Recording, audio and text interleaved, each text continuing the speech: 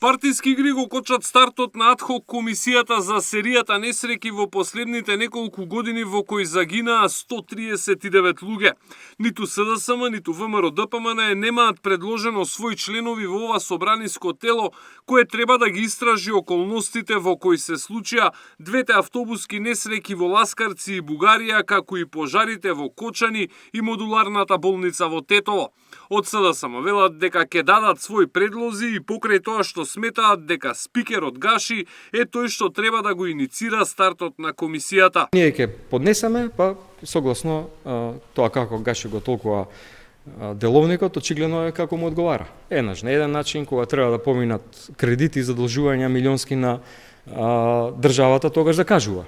Комисија кој има нешто што не му одговара, тогаш не закажува. Така да еве ќе излеземе во пресрет на се. Гаши на брифинг со новинарите вели дека председателот на оваа комисија е тој кој што треба да го свика нејзиното заседание, а за да може тој да биде избран, партиите мора прво да дадат своји предлози. Најави дека на следната координација за ова лично ќе ги потсети координаторите на пратеничките групи. За сега своји представници предложи само Левица.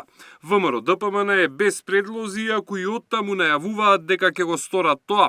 Од партијата и денеска се фокусираа на одговорноста на Филипче за пожарот во модуларната болница во Тетово, кој изби во времето кога тој беше министер за здравство.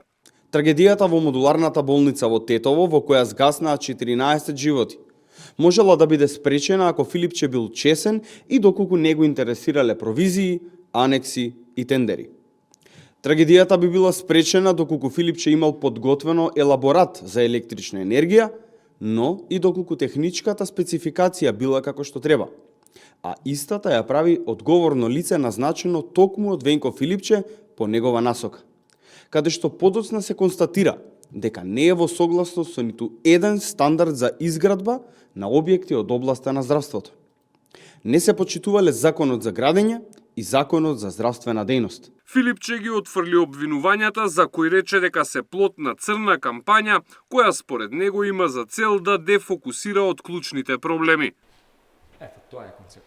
Лажно обвинување, лажна црна кампања. Собранието на стартот од декември лани одлучи да се формира анкетна комисија која ќе расправа за сите несреќи, откако претходно СДСМ бараше да се разгледува само пожарот во Кочани. Александар Спасовски, Сител телевизија.